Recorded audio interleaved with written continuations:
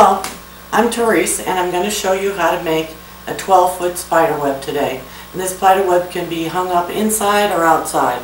And I've had some of these hanging up outside for 5 years during Halloween and they never fall apart. So I love them. At any rate, you're going to have to either crochet, and you can crochet a chain, and that's what I have here. And you can find, if you don't know how to crochet, there's a lot of how-to crochet on YouTube. I use a size G crochet hook when I'm doing that. If you don't want to crochet, you can do the same thing by just putting a slip knot in any material and going back and forth like that, and you will make a chain. Now you can use any material you want. I happen to use 5 pieces of string. By themselves they're not strong enough, so I use 5 pieces of string and it comes off a tube like that. Or you can use any kind of string or yarn that you have handy. I wouldn't go out and buy something special, but anything that you have, you can make it out of plastic garbage bags. There's a YouTube video on how to crochet with garbage bags, so you can do it that way as well. Then the formula is that if you decide what size spider web you want.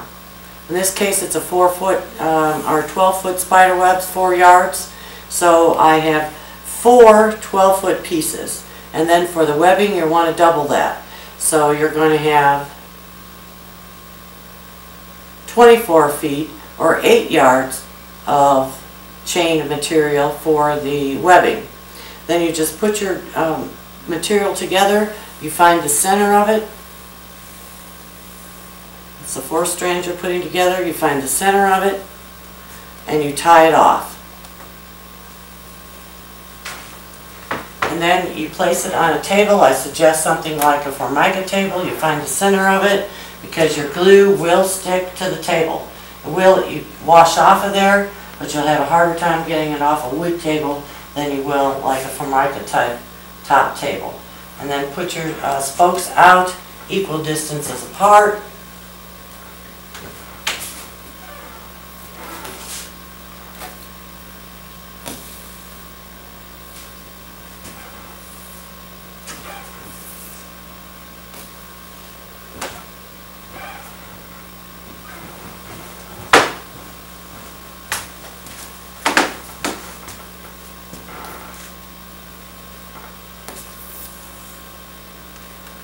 And it also doesn't matter that you double up on your table like this, because you're not going to use the entire 12 foot of spoking to make your web. You can use a portion of it. You tie this up to 8 points, so you do need some left over to tie with.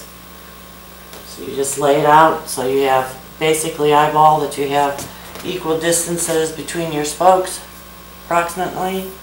And then what you're going to do is you're going to start in the center. This is my 8 yards.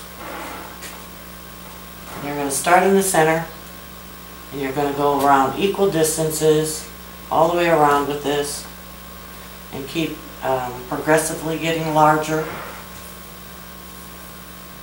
until you have your entire spider web laid out.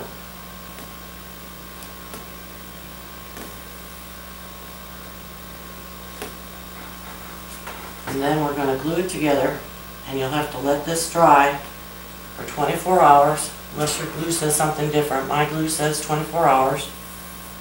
And you can't use something like Elmer's glue, because it's water soluble. When it's out in the rain, it'll fall apart. So you have to use a permanent type of glue, permanent type of fabric glue. Get this all laid out, and then I try to end up so my end piece, this end piece ends on a spoke. So I'll reposition things.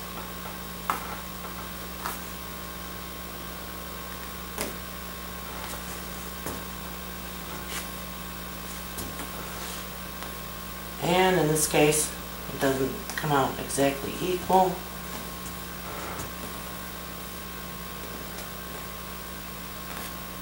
position it backward here. Get a little bit further space. You just have to play with it until you get it where you want it.